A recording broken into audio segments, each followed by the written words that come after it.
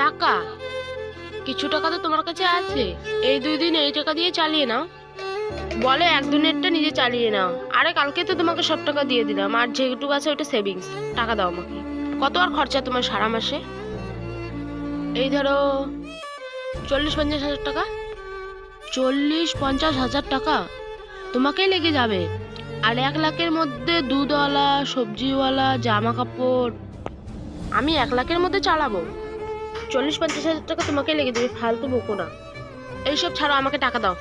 দাঁড়াও, এই নাও 200 টাকা।